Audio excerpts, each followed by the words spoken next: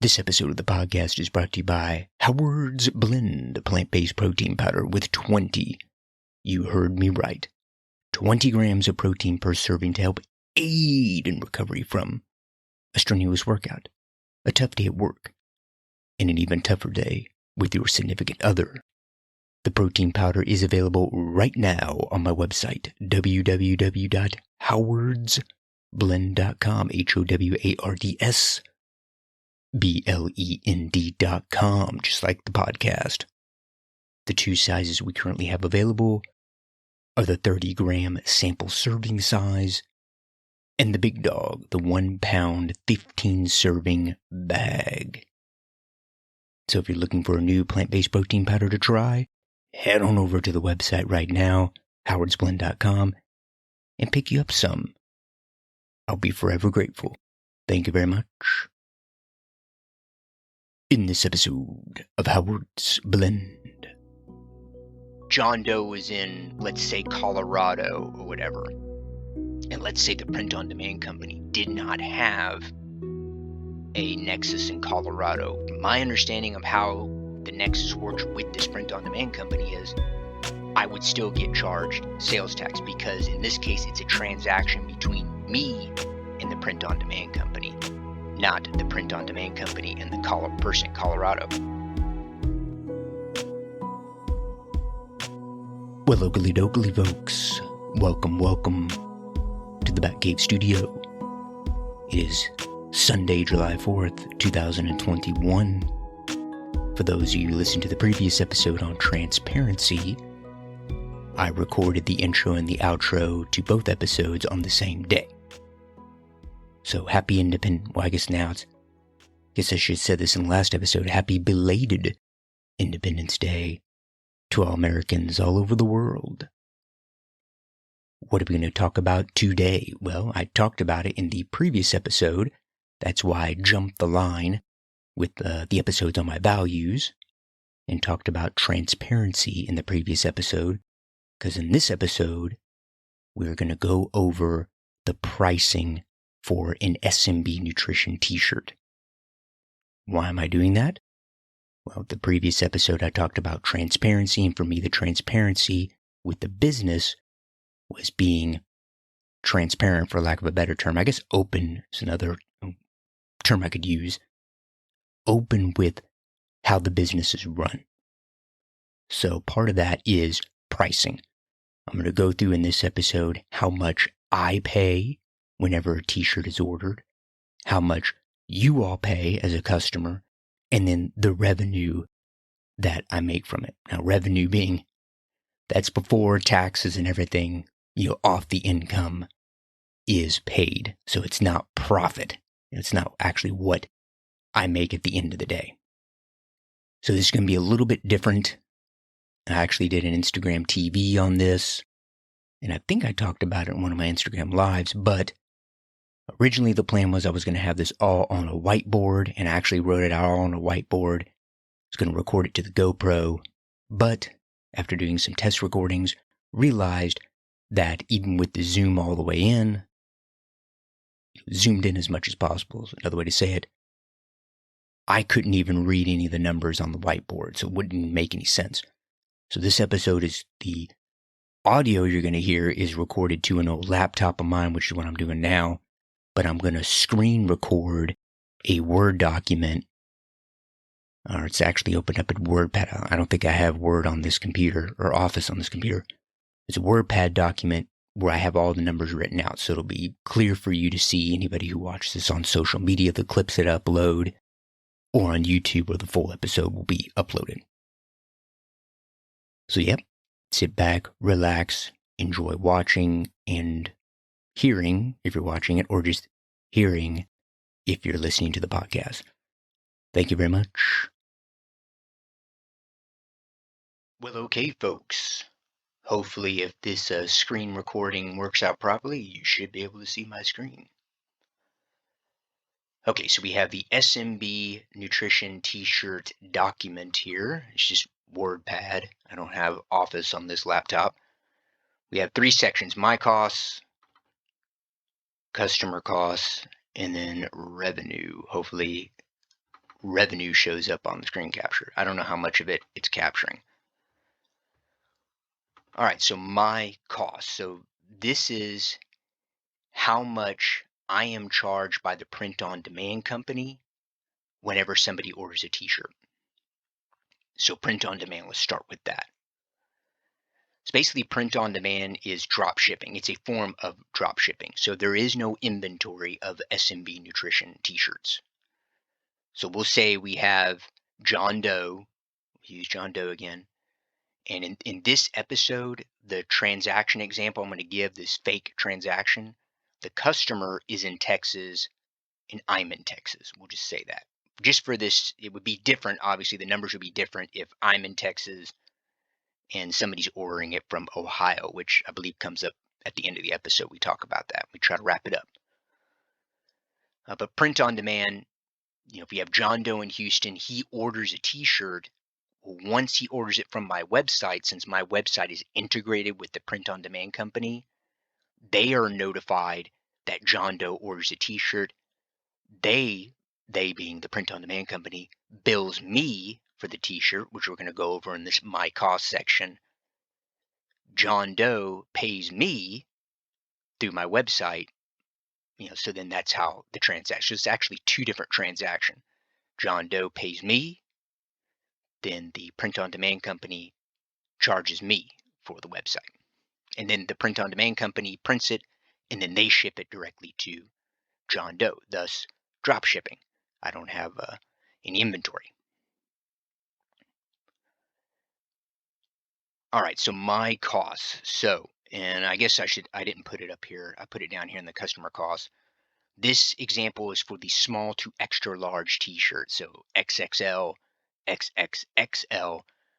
It costs me more from the print on demand company and thus I charge more to you all. So for a small to extra large t-shirt, the print on demand company charges me $7.95 for the t-shirt. Shipping, it's a flat shipping rate in the United States. It's $3.99, pardon me. So the subtotal there is $11.94. So whenever John Doe, you order a t-shirt, a small to extra large SMB Nutrition t-shirt off my website, the subtotal is $11.94 that I'm going to be charged. Now, the print on demand company that I use, and I think it's later on here in the notes, but I'll just say it now. I guess I'll change it. They have a Nexus in Texas, which is a t-shirt available on the website. Although I think it's more expensive, I need to change that up. So your Nexus is Texas. So the print on demand company has a Nexus in the state of Texas. So they charge me sales tax whenever a shirt is ordered. Because in this instance, if John Doe is in, let's say, Colorado or whatever, and let's say the print on demand company did not have a Nexus in Colorado, my understanding of how the Nexus works with this print on demand company is I would still get charged sales tax because in this case, it's a transaction between me and the print on demand company, not the print on demand company and the person in Colorado. The person in Colorado is a customer of mine, not a customer of the print on demand. They're just going to ship it to them. So I'm the customer in this case. So they still charge sales tax. So it's 0.985 cents. I round up to 99 cents. I say, Texas, where I am in Frisco, it's 8.25%. Round up to the third digit after the decimal point. For that, Texas has a 6.25% state sales tax. That's flat. Every county, district, whatever, has to charge at least 6.25% sales tax. Now, every county, district, city, municipality, whatever, they can add an additional 2%, up to an additional 2% sales tax in addition to that 6.25%. I don't know any place in Texas that doesn't apply that extra 2%. I don't know if there is. I've never heard of it or I've never seen it before whenever I've traveled through Texas. In Frisco, it is 8.25%. So they apply the additional 2%. Now, Texas, this is going to get into the sales tax episode. So Texas being an origin state for all those you who listened to the or watched, I think I have it up on my YouTube channel, the sales tax episode. I talked about origin and destination based states. Texas is an origin based state. So taking out the print on demand company, if I sold, let's see, if I sold a Howard's Blend plant-based protein powder, if I sold a packet of that, gotta be careful, I'm hitting the cables here. If I sold a packet of that to John Doe in Houston, and let's just say for this example that Houston's sales tax was 6.25%, just for grins and giggles, I would charge John Doe 8.25% sales tax because I'm in Frisco. It's where the sale originates from, Frisco. So I don't know what the print on demand company, how their nexus is here. Do they have a warehouse here? Do they have a marketing team here? Do they have, what's the term? Like a WeWork office here? I don't know, but that can make a nexus in a state. So I'm assuming that I'm in Frisco, it's 8.25%. I put where I am in Frisco, it's 8.25%. Oh, man, sorry, I'm doing this with one hand. Where I am in Frisco, it's 8.25%. Well, it really doesn't matter where I am because it's an origin-based state. So, that would, let's just say they're in Frisco as well. So, I mean, it really doesn't matter because, again, I don't know any place that doesn't charge less than 8.25% in Texas. If it's out there, let me know. And this is where I say round up to the third digit after the decimal point. I'll talk about that later. That has to deal with remitting the sales tax to the state of Texas. So 99 cents, I just went ahead and round up to make it simpler. This is what the print on demand company charges me, but it's not their revenue. All right. Like I said in the episode on sales tax, and I guess I'll reference that a couple of times here. To me, the businesses act sort of like as a collection bureau for the states for sales tax. They have to pay shipping as well. I'm sure it's less than $3.99, more than likely. They're probably paying a lot less than $7.95 to actually get the t-shirts. They can make a profit off of it. So they're making profit off this $11.94. The 99 cents, they don't get any of that. The print on demand. The print on demand company remits. Remember that term, that verb, remit. It's basically sending the sales tax revenue to the state. They remit that 99 cents to the state of Texas, in this case, because it's Texas. So at the end of the day, when John Doe from Houston goes on the website and buys a t-shirt, I get charged $12.93. That's how much I pay. It gets charged to my business credit card. All right. Now we go to the customer costs. So for small to extra large, here I actually put it. The cost of the shirt, how much I charge you guys and gals, is $15 for the shirt. All right. I didn't want to worry with $3.99. I just put $4 shipping. Like I said here, I think, I put it right here.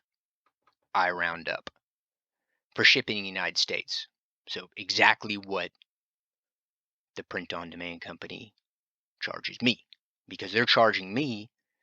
And if I don't charge you all for shipping and handling, then I'm losing out $3.99, $4. Even though I don't ship it, the print on demand company ships it. I don't ship the shirts. I still have to charge it or else I'm out $4. So the subtotal here, before taxes, oh my Lord, it's difficult with one hand. And this is an old laptop, so it's very non-responsive. $19 subtotal. So that's before taxes. All right, so $1.56, 156.7. That's what the sales tax comes out to. Round up to $1.57. Now here, interesting point here. I put this here because I wanted to go over it. I need to charge the customer sales tax. In this example, the customer buying the t-shirt also lives in Texas, which I explained earlier, in this case, Houston. So they are in my Nexus. So if you, going back to sales tax again, remember the Nexus. I just talked about it with the print-on-demand company. If you're storing inventory, if you have employees, if you have an office like WeWork or whatever, you have an accountant that has a home office, and it could be different with states because there's 45 states plus the District of Columbia. They can all have different rules, and pretty much they all do. The definition of a nexus could differ, but in general, it's if you have employees, warehouses, etc. All that can be defined as a nexus in the state. So I'm in Texas, so it makes sense that Texas then is a nexus for me. My nexus is Texas. So in this example, the customer buying the t-shirt also lives in Texas. They live in Houston. So they're in my nexus. So then here, we go into the idea of a resale certificate. I believe I mentioned this in the sales tax episode. All right, resale cert. So I have a sales tax certificate or a sales tax permit from the state of Texas.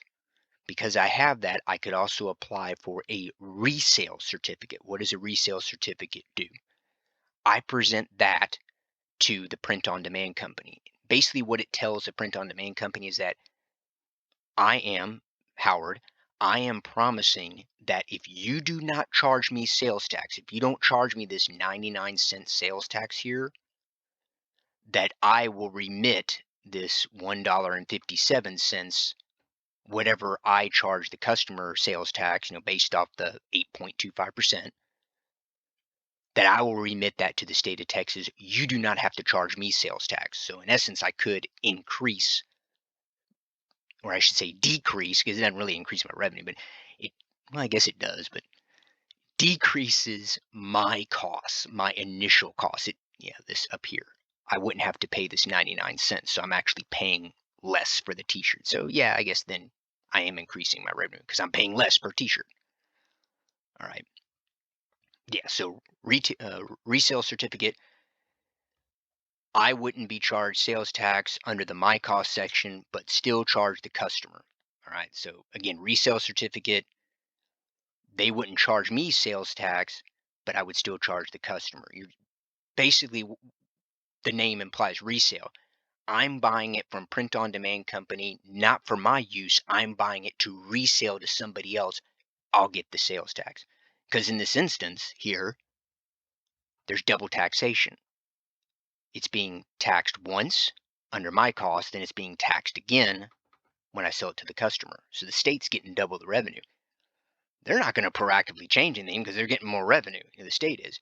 I have to be proactive on it and then submit the resale certificate to the print-on-demand company. And again, I brought this up in the sales tax episode. I remember that.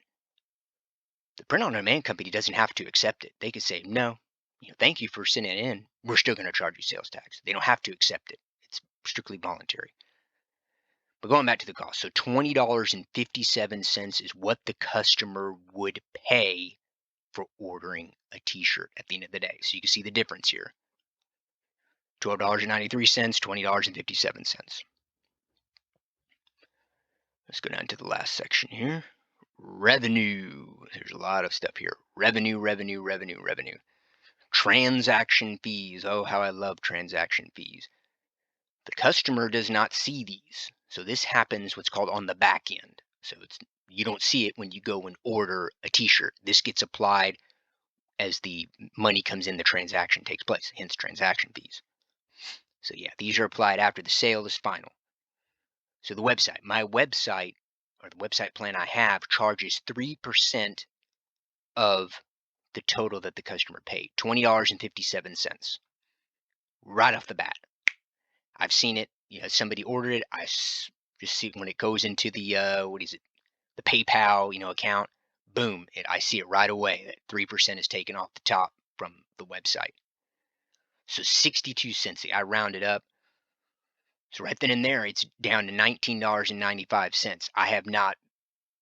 We have not taken into account how much the t-shirt costs, all that stuff. No, this is just transaction fee. This is just basically the web hosting company saying, all right, here, we're going to charge you 62 cents because we're providing you a platform for e-commerce. Which, hey, that's business. That's how it's done. $19.95 now from the website transaction fee. Now, credit card processing, it's 2.9% plus 30 cents. I've seen it before on transactions where they don't charge the 30 cents, only the 2.9%. But I say we're going to stick with what the processor says they charge. I've seen it where like I said, I've seen transactions where they only apply the 2.9% and not the 30 cents, not the additional 30 cents. So we're just going to stick with the website says on there that, hey, we charge 2.9% plus 30 cents. So that's 88 cents. Pardon me, 1 second. Throat's getting dry there. 88 cents. So now we have $20.57. When it actually goes into the account, it's $19.07. So what's that's $1.50, right around there? Yeah, $1.50 that has been taken out through transaction fees on this one sale. All right, so $19.07. So now we get sales tax. All right. I have to remit $1.57 from up here under the customer costs. Remember, just like with the print on demand company, they don't get that 99 cents. They have to remit that to the state of Texas. Well, this $1.57 that I charge to the customer for sales tax up here, we'll go back up right there. There's the sales tax, $1.56, round up to the third digit, 157. That's not mine. That has to go to the state of Texas. That's taxes. Death and taxes, folks, death and taxes. So I have to remit this. So as I said in the sales tax episode, I already said that earlier. So I have to remit that to the state of Texas. So that takes us down to $17.50 now. Still don't have my revenue yet. Still got expenses to pay. I have to subtract the cost of the shirt, $7.95, because that was applied to my business credit card. So that takes us down to $9.55. Reminds me of the Gilbert Godfrey. Let me see if I can find it again. Gilbert Godfrey. Hopefully you people listening to this remember him. 55 cents. He always said that. 55 cents. That was his whole comedy routine one time. Was talk about 55 cents. 55 cents. All right. $3.99 shipping. That's what the print on demand company charged me. I have to take that off of it because I have to pay that off on the business credit card. So $5.56. So close. I want to really 55 cents again. So now we have the 99-cent sales taxes. Remember, the print on demand company charged me 99 cents. So I have to knock that off too. It's more off the revenue. Yeah, I already said that there. Now, again, this is where I got it wrong earlier when I said it really wouldn't affect the revenue. Geez, I'm mumbling here. This is where I got it wrong when earlier I said, oh, it really wouldn't affect the revenue. It would, because this would be the revenue. Oop, don't want to do that. This $5.56 would be the revenue if I submitted a resale certificate and then they wouldn't charge me sales tax. But I have not to date. I plan on doing that because I really don't make that many transactions, so I haven't done it yet. It's not on the priority list to do, but it is on the list to do. It's not really that difficult. I've looked into it. And I think all but 9 states and I think part of that 9 is District of Columbia. I think, if I'm right, I'm trying to remember. I may have it down here on the list. They will actually accept, it's the resale certificates can be applied to other states. So it's not like if I get it from Texas, I have to get one from Colorado, New Mexico, Arizona, Wyoming. There's, like I said, I think there's 9, I'll probably come up later, that you have to actually go and get their own resale certificate, but it's reciprocated in most states that charge sales tax. So at the end of the day, in this fictitious example, $4.57 is the revenue. That's how much at the end of the day, when everything's done, that's how much I make on this fake transaction in revenue. Now, I still have in Texas every year, I think for me it's every year, there is a franchise tax. It's basically a tax for like the privilege to do business in Texas. So it's part of it too. I think if you make under $500, you don't have to pay for it. You don't have to pay. You still have to file it, but you don't have to pay anything. There's also income tax. Pardon me. When I file income tax, I have to submit forms to the IRS for having a business as well. So yeah, right here, we're going to read this. This will change depending on the state where the customer is. The sales may be lower or higher depending on if I have a nexus in the state. So the example as I said earlier, where John Doe were in Colorado, the print on demand company would still charge me the 99, or I guess, yeah, the 99-cent sales tax because it's the transaction between me and the print on demand. It's staying in Texas, but yet I don't charge the customer sales taxes. I don't have a nexus in Colorado. So in that case, I'm losing out. I'm paying 99 cents more and I don't pass that on to the customer because I don't have a nexus in Colorado. Now, if I wanted to stop that, then I would have to submit a resale certificate for the state of Colorado. I don't remember if they're one of the state that reciprocates or accepts out of state resale certificates or not. I would submit that to the print on demand company. However, in order for me to get a resale certificate, I have to apply for a sales tax permit in Colorado, which means then I have to start charging customers sales tax. So it's like you're screwed either way. Let's see. Yeah, it could be 0 if I don't have a nexus. We already talked about that. However, I will still be charged sales tax due to the print on demand company having a nexus in Texas. I just talked about that. Yeah, so I believe the print on demand company has a nexus in 38 out of the 45 states that charge sales tax. I believe 45 plus the District of Columbia, which is not a state. I know Congress has talked about that, but it's not a state. Yeah, so it'd be 46 total, or I guess 46 places total, but 45 states. So in this case, I pay sales tax, which cuts into the bottom line, but I don't charge the customer sales tax, as we talked about with the example of me in Texas and then John Doe in Colorado.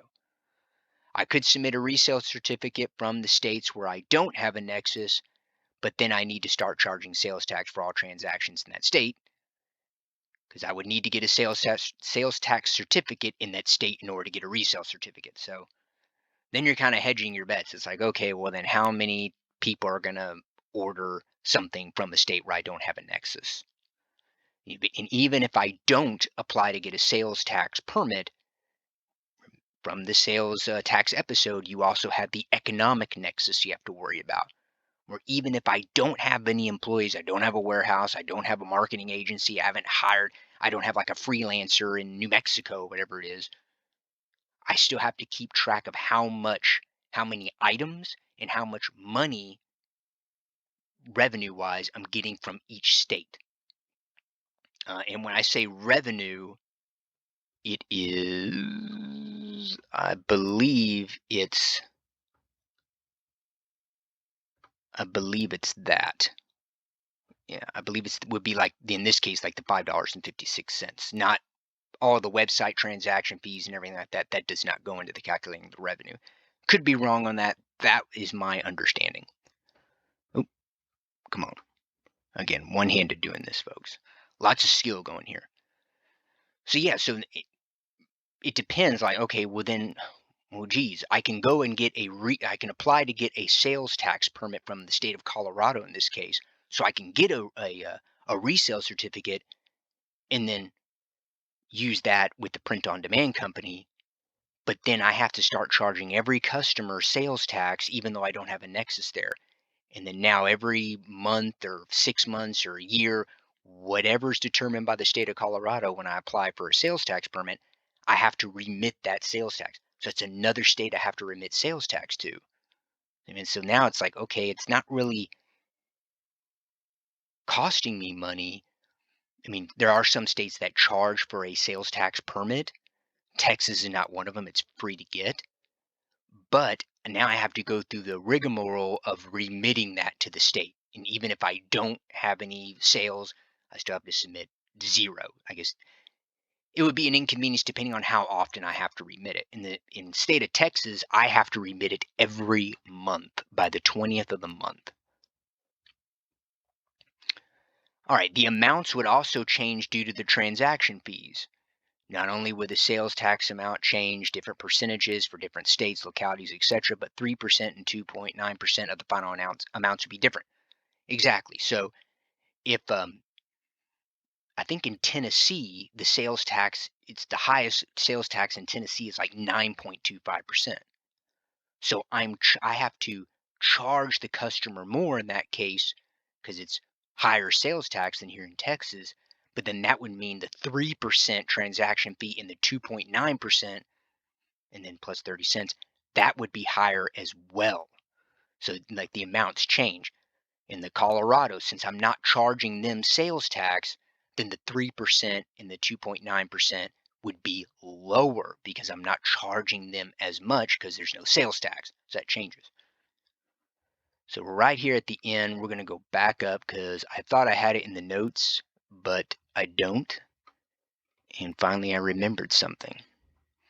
Rounding up to the third digit, I wanted to go over this. So when I go, it's the comptroller. The state of Texas, the comptroller is where you remit the sales tax to. They do something called web file. It's kind of cool. They make it real simple to do it. When I log in there and then I put in that I had, whatever, this is the amount of you have to put in like the total number of sales that you had. Let's say I put 20 and then the total, what the revenue is, $50 or something. I'm just making numbers up. And then it tells you like, it calculates, okay, this is how much, tax you would have to remit for it, based on the locality of the sales and everything. What it says is when you remit it, you want to round up to the third digit. That's why I did it here, because the state of Texas wants you to do that. So if I had, in this case, this, let's just use this. Well, let's just use this because it's actually the example. The customer, subtotal, and then it's 1.567 is the sales tax. The state of Texas says, okay, remit to us $1.57 sales tax. That's why I did it. I did it here just to kind of coincide with how I remit the sales tax to the state of Texas every month. That's pretty much it. That explains it. I mean, my goal originally was with the t-shirts is I wanted to reach about a 30% margin, so profit margin. I wanted to get a 30% margin in terms of how much revenue I make. So if I got this right, what is this? Let me go back up here. Yeah, I charge $15 for the cost of the shirt, so it's $4.50 would be 30%. So in this example, I didn't mean to do that. In this example, geez Louise. In this example, I'm making $4.57 revenue. So it's right there. But again, it changes depending on the locality, everything like that. The amount of sales tax applied, and then that changes the transaction fees applied and everything. So that's it. Again, and I don't know if I explained this because I'm recording this at a different time than I actually recorded the intro. The reason why I'm doing that is this is all part of the transparency. This is one of the values that I talked about in the previous episode, going over the value of transparency. I want to show you this is how much you pay, this is how much I pay, this is the revenue that I make. And this revenue here, this $4.57, like I said, I still have to pay a franchise fee, I have to pay income tax, depending on how much the business makes. One second. Sorry, folks, I haven't been drinking a lot of water today. But whatever's left over, that goes back to the business. this does not go into my pocket, right? This is not going to me buying groceries, paying for rent, whatever it is. No, this all goes back in the business. That's why I have a separate business account. It all goes into that. It doesn't go into my pocket. It goes into the business to fund expanding the business, making products better. I've said it before, that Howard's Blend plant-based protein powder, I like it. It's a great formula. It's a great product. But I can always make it better. There's always room for improvement. That's what this $4.57 goes into. Making it better to give you guys and gals a better product. Better t-shirts, new designs, cool designs, whatever. New products, new flavors, etc. It all goes back into the business. The business is literally my second child. And then part of this is just and also for anybody who's looking to start a business, maybe has a business, maybe never even considered all the different fees, and they're like, oh man, maybe I should go back and check. I never realized all these fees were being applied.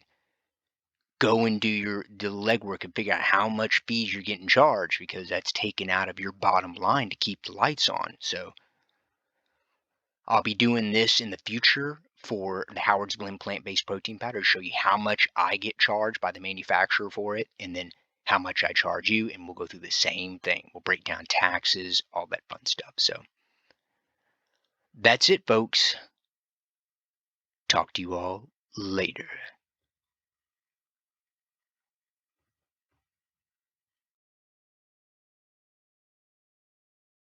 I want to thank you for listening to this episode of Howard's Blend. If you enjoyed the show, you find value in the content, I ask two things from you. One or the other, or both. One is to share the show. Share it with anybody you think would benefit from the show's content. Two, this is optional. First one's not optional. You must share it. No, just kidding. But two, only what you are able to afford. On my website, www.howardsblend.com, there is a donation page. Only donate what you are able to donate. Where does the donations go? Well, this is part of transparency. I'll probably make it an episode later, way down the road. But it goes into improving the podcast. Maybe there's a new software that helps it sound better. Maybe the microphone goes out, and then I can use some of that to go towards a new microphone. Maybe getting a new boom arm that actually stays up, as well as the windscreen that keeps falling down. Maybe I need to get a new windscreen. Things like that to help improve the podcast. Also, the supplements. I'm always looking to expand the number of flavors, improve the formula of Howard's Blend plant-based protein powder. It's a good formula now. I like it. But there's always room for improvement. Never satisfied. Always try to improve. Also expand the product line. Who knows, in the future, there may be a pre-workout. I've looked into that before. I'm not really on that now. I'm kind of running with the plant-based protein powder. But who knows? We may expand in the future, get more products and everything. All the donations go into that. It's not going into, oh, I'm going to take it and spend on getting a new cell phone or something like that. No, doesn't go towards that. But those are two ways you can support the show if you wish, and I would be greatly appreciated if you did. If you have any questions, comments, cheers, jeers, my contact information, as well as where you can find me in the show. As well as where you can find me on social media. I guess you can find me. I'm in the show. I'm on the show. But on social media, it's going to be in the description of the show. I think I said that right. Somebody emailed me, and I don't remember the name offhand, said that the contact us link didn't work on my website. I tested it. It worked for me. I did it on several devices. It seemed to work for me. But I still thanked them. Thank you very much. I will look into it. Looked into it. I didn't see any problems. Things like that. There's an issue with the website. There's an issue ordering, everything. I am customer service. So that involves the podcast and the website as well. So hit me up if you have any problems, questions, cheers, etc. Well, that's it. Thanks again for listening. And until next time, I'm going to go buy another SMB Nutrition t-shirt. Adios.